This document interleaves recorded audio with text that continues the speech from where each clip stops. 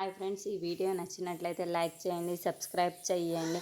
Accident జరగడంతో అక్కడున్న పద్మావతిని అయితే విక్కీ హాస్పిటల్లోకి తీసుకొని వస్తూ ఉంటాడు. ఇంతలో అక్కడున్న డాక్టర్స్ అందరూ కూడా పద్మావతిని చెకప్ చేస్తూ ఉంటారు. అక్కడున్న డాక్టర్ మాత్రం బయటకు వస్తూ ఉంటుంది. అక్కడున్న విక్కీని చూసి, తను బతుకుతుందో బతకదో తెలియదు, మేమైతే ట్రీట్మెంట్ చేస్తున్నాం అని చెప్పేసి అంటూ ఉంటుంది. ఆ మాటలు వినగానే అక్కడున్న విక్కీ మాత్రం ఒక్కసారిగా షాక్ అయిపోయి కింద పడిపోతూ ఉంటాడు. అది చూసిన డాక్టర్ మాత్రం, మేము చేయవలసింది అంతా చేస్తాము, ఆ తర్వాత ఏం జరుగుతుందో మీరే చూడాలి అని చెప్పేసి అంటూ ఉంటుంది.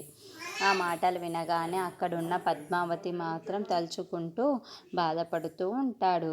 దేవుడా, ఎలాగైనా సరే నా పద్మావతిని బ్రతికించు. తను ఎలాంటి తప్పు చెయ్యలేదు, ఎలాంటి నేరము చెయ్యలేదు.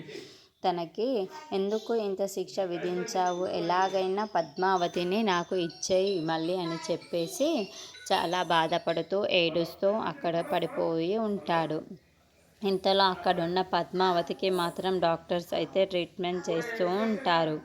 అక్కడున్న విక్కీ మాత్రం, ఎలాగైనా సరే నా పద్మావతి బతకాలి, నా పద్మావతి కానీ నాకు దక్కకపోతే నేను చనిపోయే అవకాశం ఉంది, నేను కూడా బ్రతకను, నా పద్మావతి ఉంటేనే నేను బ్రతుకుతాను అని చెప్పేసి చాలా బాధపడుతూ ఏడుస్తూ ఉంటాడు. ఇంతలో అక్కడున్న డాక్టర్స్ అయితే పద్మావతికి చేయవలసిన ట్రీట్మెంట్ అయితే చేస్తూ ఉంటారు. అలా బతికించాలి అని చెప్పేసి ఆలోచిస్తూ ఉంటారు. ఇంతలో అక్కడున్న పద్మావతిని చూసి ఎన్ని గాయాలు తగిలాయి అని చెప్పేసి ఒక్కసారిగా షాక్ అయిపోతూ ఉంటాడు.